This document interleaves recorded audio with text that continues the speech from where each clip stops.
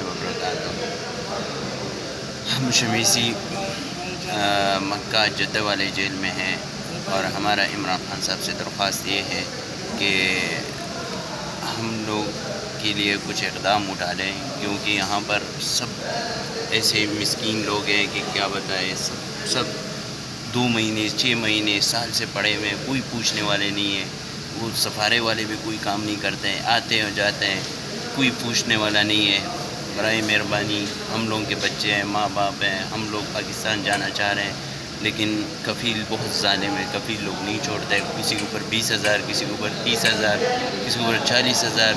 ہمارا کہاں سے ہم 30,000 کہاں سے لائیں گے؟